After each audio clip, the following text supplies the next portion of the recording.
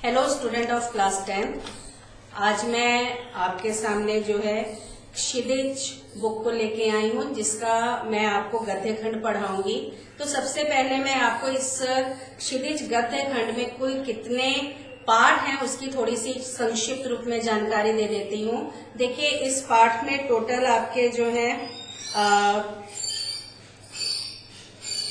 6 chapter हैं। पहला है नेताजी का चश्मा, दूसरा है बाल गोविंद भगत, तीसरा है लखनवी अंदाज, चौथा है मानवीय करुणा की दिव्य चमक, पांचवा है एक कहानी यह भी, और छठा है नौबत खाने में इबादत। तो आपके क्षितिज गद्य खंड में ये टोटल 6 चैप्टर हैं। तो सबसे पहले हम आपके पाठ 1 नेताजी का चश्मा के बारे में जो है आज डिस्कस करेंगे, उस पर विचार विमर्श करेंगे। और मुझे पूरी उम्मीद है कि अब तक आपने बुक्स जो हैं वो खरीद ली होंगी। अगर आप लोगों ने नहीं खरीदी हैं तो आप ऑनलाइन अपने स्कूल की वेबसाइट पे जाइए, वहां देखिए कि बुक सेलर का जो है नंबर दिया हुआ है, आप उस पर कॉल कीजिए और आपको बुक्स जो है घर पे ही डिलीवर हो जाएंगी। और बुक्स जब आ जाए इस पाठ को अच्छे से पढ़िए। लेकिन इस पाठ का जो सारांश है, इस पाठ को मैं संक्षिप्त रूप में आपके सामने रखती हूँ। इस पाठ के जो लेखक हैं नेताजी के चश्मे, वो हैं स्वयं प्रकाश जी।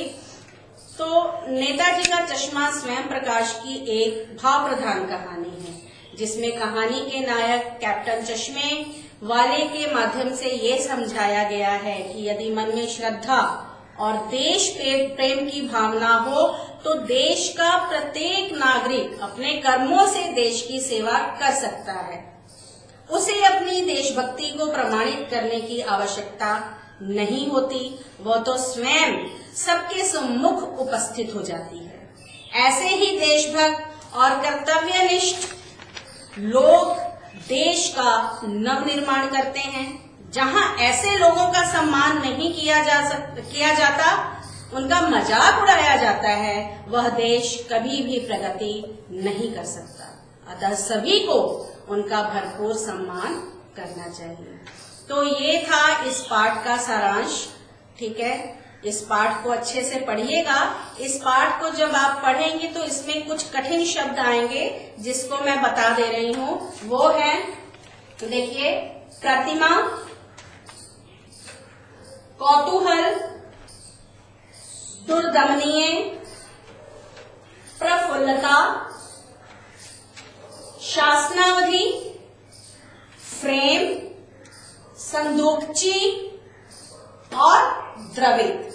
मैं एक बार फिर दोहरा देती हूँ। प्रतिमा, कौतूहल, दुर्दमनीय, प्रफुल्लता, शासनावधि, फ्रेम, संदूकची और द्रवित।